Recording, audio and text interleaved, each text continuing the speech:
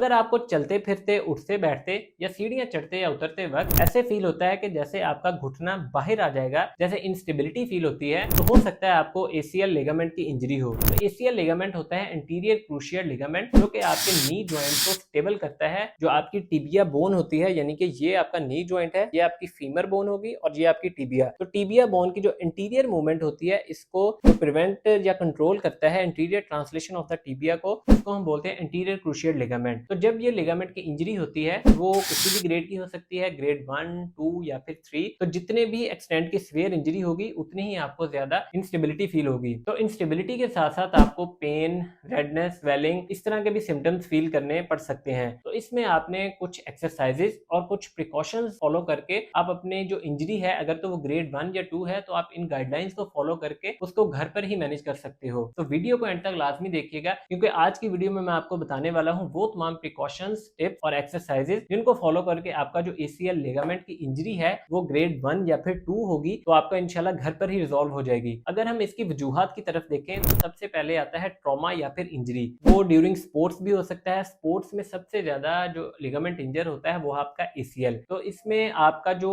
जब इंजरी होगी तो उसमें मैकेनिज्म ये होता है, तो आपका जो फुट होता है वो एक जगह पे फिक्स होता है और आपकी जो लेग है वो रोटेट करती है, तो जिसकी वजह से वो थोड़ी सी बेंडिंग में जाती है और आपकी जो एसीएल लिगामेंट है वो टियर हो जाता है। तो अगर वो ग्रेड 1 या 2 का टियर होता है तो उसको हम कंजर्वेटिवली यानी कि विदाउट सर्जरी मैनेज कर सकते हैं। तो इसमें अगर हम एक्सरसाइजेज या फिर प्रिकॉशंस को देखें तो सबसे पहले प्रिकॉशन तो ये है कि आपने अपनी जो नी की फुल बेंडिंग है वो नहीं लेनी, यानी कि आपने अपनी नी को पूरा मोड़ना नहीं है। और उसके बाद आपने जो नमाज है वो कुर्सी पर बैठ के पढ़नी है और उसके अलावा आपने कमोड यूज करना है। और कोई भी ऐसी एक्टिविटी जिसमें आपकी नी पर रोटेशन आती है, आपने वो परफॉर्म नहीं करनी, जिससे आपके जो एसीएल लिगामेंट है उसको हील होने का प्रॉपर टाइम मिलेगा। तो इसके फेज 1 में अगर हम इसकी एक्सरसाइजेस की तरफ देखें तो सबसे पहले आपने जो पेनफुल सिम्टम्स हैं, पेन, रेडनेस, स्वेलिंग है, उसको मैनेज करना है, जिसमें आपने पहले जो 24 से 48 घंटे होते हैं उसमें आपने उस पर आइसिंग करनी है, बर्फ की टकोर 10 से 15 मिनट के लिए दिन में 3 दफा आपने लाजमी करनी है। और उसके साथ साथ आपने जो आपकी एक्सट्रीमिटी है उसको थोड़ा सा एलिवेट करना है ताकि आपकी जो स्वेलिंग है वो कम हो सके। और उसके बाद अगर हम इसकी आप 48 घंटे गुजर चुके हैं, हम इसकी एक्सरसाइजेस की तरफ देखें तो आपने नी आइसोमेट्रिक्स एक्सरसाइजेस परफॉर्म करनी होती हैं इन योर फर्स्ट फेज। और अगर आपकी जो नी की इंजरी है वो थोड़ी ओल्ड भी हो गई है, यानी कि आपको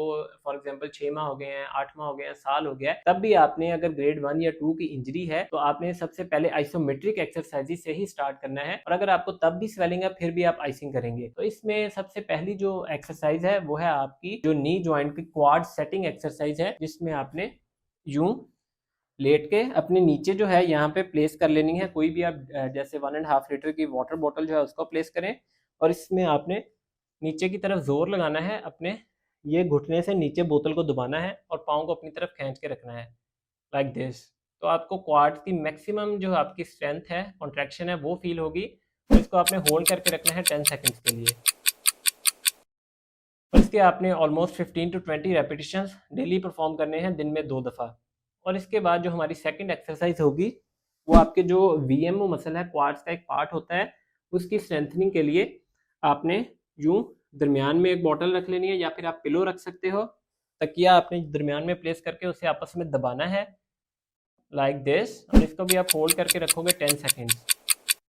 तो इन एक्सरसाइजेस को करने का जो पीछे पर्पस या फिर मकसद ये होता है कि आपका जो नी जॉइंट है उसको ज़्यादा से ज़्यादा अनलोड किया जाए, क्योंकि आपके क्वाड्स वीक होने की वजह से आपका जो मैक्सिमम लोड है वो आपकी नी पर आता है, जिसकी वजह से वो नी में जो लिगामेंट है वो हील नहीं हो पाता। तो हमने साथ उसको रेस्ट देना है जिससे वो खुद हील हो। और उसके साथ साथ हमने जो मसल्स हैं हमारे क्वाड्स और हैमस्ट्रिंग्स, इनकी स्ट्रेंथनिंग लेनी है ताकि वो नी जॉइंट पर लोड बेयर ना करने दें। तो इसके बाद जो हमारी थर्ड एक्सरसाइज होगी जिसमें आपने ब्रिजिंग परफॉर्म करनी है, तो ब्रिजिंग परफॉर्म करने के लिए आपने जो आपकी नी की फ्लेक्जन है जो हम नॉर्मल एक्सरसाइजेज में रखते हैं वो ये होती है।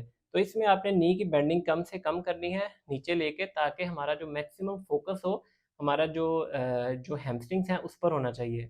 ये वाली पोजीशन में आपने अपनी जो कमर है ऊपर की तरफ इसे लाइक दिस होल्ड करना है लिफ्ट करके, और इसमें आपने अपने हैमस्ट्रिंग्स और ग्लूट्स को मैक्सिमम इन्वॉल्व करना है कॉन्ट्रैक्ट करके। और इस पोजीशन को भी आप होल्ड करके रखोगे 10 सेकेंड्स लाइक दिस। और फिर वापस। इसके भी आपने 15 to 20 रेपिटेशन परफॉर्म करने हैं 10 सेकंड्स होल्ड के साथ। और इसके बाद हम करेंगे लॉन्ग आर्क में जो फ्लेक्शन है हिप की, वो परफॉर्म करेंगे लाइक दिस। आपने बैठ के थोड़ा सा आप आगे को झुकोगे और आपने अपना जो पाँव है अपनी तरफ खींच के रखना है और इसको टांग को ऊपर लिफ्ट करना है, जिससे आपको क्वाड्स में स्ट्रेंथ फील होगी, कॉन्ट्रैक्शन फील होगी मैक्सिमम, लाइक दिस। और इसको भी आप 10 सेकंड होल्ड करके रखोगे लाइक दिस। और उसके बाद हम उसी सेम जो लेग है उसकी लैटरल रेज परफॉर्म करेंगे। आपने करवट लेनी है लाइक दिस, और फिर आपने नीचे वाली जो लेग है वो बेंड करके इसको पाँव को अपनी तरफ खींच के रखना है और यूँ इसे ऊपर की तरफ यहाँ पे होल्ड करके रखना है लाइक दिस। 10 सेकंड आप होल्ड करोगे और इसके भी 15 to 20 रेपिटेशन आपने डेली परफॉर्म करने हैं लाइक दिस। और फिर वापस। तो ये 5 एक्सरसाइजेज थी जिनको अगर आपको ACL ग्रेड 1 या फिर 2 की इंजरी होती है तो आप इनिशियल फेज में परफॉर्म करके अपने पेन को या फिर अपनी हीलिंग फेज को घर पर ही रिजॉल्व कर सकते हो। तो अगर आपको ये वीडियो पसंद आई है और आपकी रिहैब में इसने हेल्प की है तो वीडियो को लाइक एंड कॉमेंट लाजमी कीजिएगा और मुझे कॉमेंट सेक्शन में लाजमी बताइएगा कि कौन सी वाली एक्सरसाइज से सबसे ज़्यादा आपको रिलीफ मिला। तो मिलते हैं इंशाल्लाह नेक्स्ट वीडियो में, तब तक के लिए चैनल को सब्सक्राइब जरूर करिएगा। अल्लाह हाफिज़।